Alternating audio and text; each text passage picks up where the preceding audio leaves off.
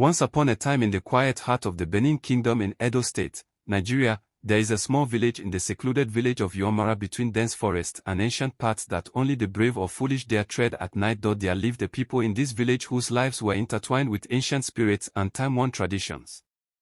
This village, though modest, held deep secrets passed through generations, stories whispered by the fire, wrapped in fear and reverence. One tale stood out above the rest, the story of the bush babies and their cursed mat. The people of Yomara knew the forest was not just trees and animals, it was alive with spirits. At night, when the moonlight filtered through the leaves, the air would sometimes carry the strange, childlike cries. These cries were not from human children, but from the bush babies, spiritual beings known locally as ogbemanui. Small in size, with large glowing eyes and agile limbs, the bush babies appeared like children but were far older than the oldest elders.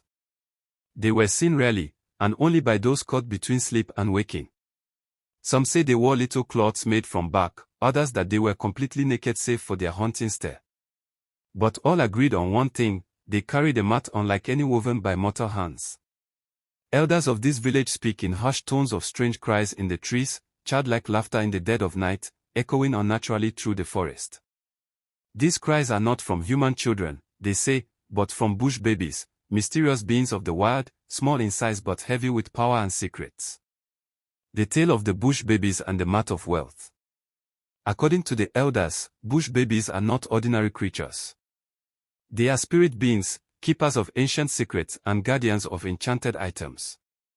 Chief among these items is a small, woven mat, seemingly plain but pulsating with unseen energy.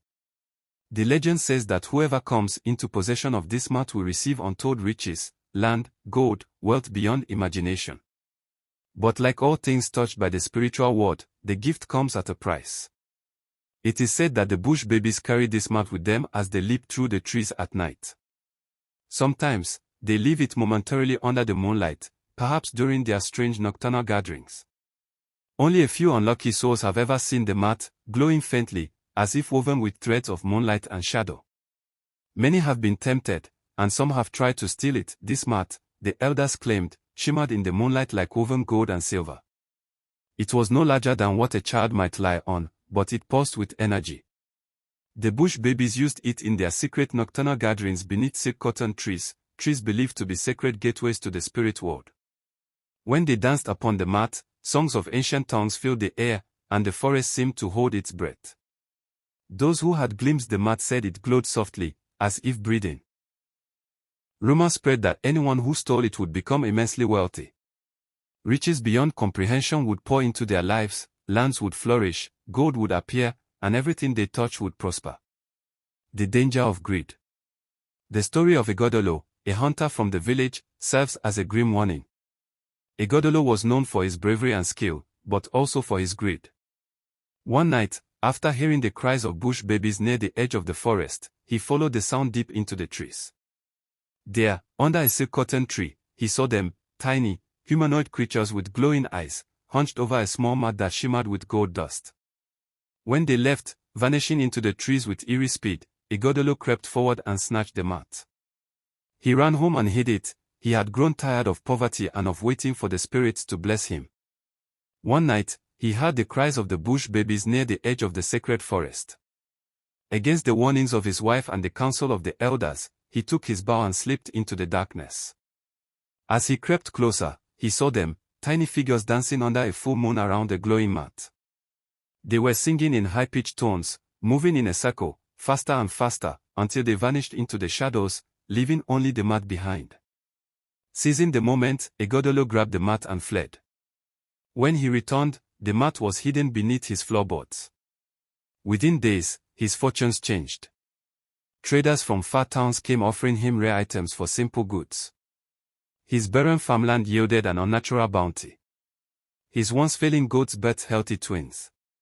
Ighodalo thought himself clever. He laughed at the elders who told him to return the mat. "What spirit feeds my children and fattens my pockets?" he mocked.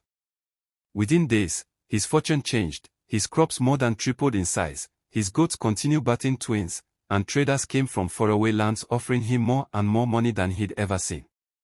But the blessings were short-lived. At night, He began to hear the cries outside his window, not playful, but angry. Scratches appeared on his door. On the 7th night, the crying began again, louder, closer. Ighodalo barred his doors, but the sounds crept into his house. His wife woke screaming, their children feverish. Strange markings began to appear on their walls, tiny handprints, smeared in what looked like ash. Animals began to die. Goats with twisted limbs, chickens found headless. Crops turned black. Still, ighodalo held onto the mat. His animals all died one by one. His children's sickness got worse no healer could explain. On the 7th night, a shadowy figure appeared at the foot of his door. In the dead of night, a silence fell so deep it drowned the crickets and frogs. A chill filled the hut. From the shadows, the figure emerged, Abangian, the watcher. He was tall, impossibly tall, with a face that shifted like smoke between a skull and a mask of ancient wood. His eyes held the sorrow of ages. "Return what is not yours," he said in a voice like dry wind. Ighodalo screamed and tried to flee, but the shadows swallowed him. By morning, ighodalo was gone. Only his footprints were found, leading into the forest, ending at the base of the silk cotton tree. The mat was never seen again. No one saw ighodalo again. His house stands abandoned, vines creeping through its cracks. Children dare each other to touch its door, but no one stays long. The crying still returns on certain nights, drifting from the forest, reminding the villagers of the line between their world and the spirits. To this day, the elders say, if you hear a child crying in the night, do not follow. If you see a glowing mat in the woods, do not touch. Some riches are not meant for men. The mysterious being of the forest. The villagers believe the bush babies are not alone. They speak of a more terrifying guardian, a spirit known as Abangian, the watcher. It is said to be the true owner of the mat, and the protector of balance between the human and spirit world. Those who cross the line, who try to take from the spirit realm without permission, must answer to Abangian. He appears as a tall, cloaked figure with a face that shifts between a skull and a mask of ancient tribal carvings.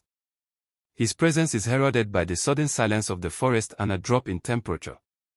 No one who has seen him closely has returned sane.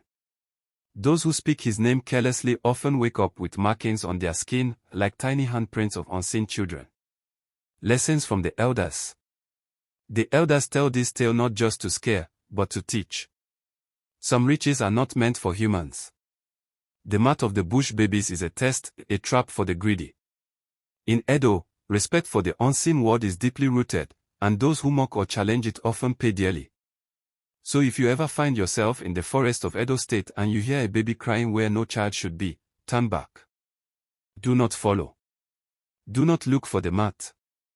For the wealth it offers may cost you your soul. The end.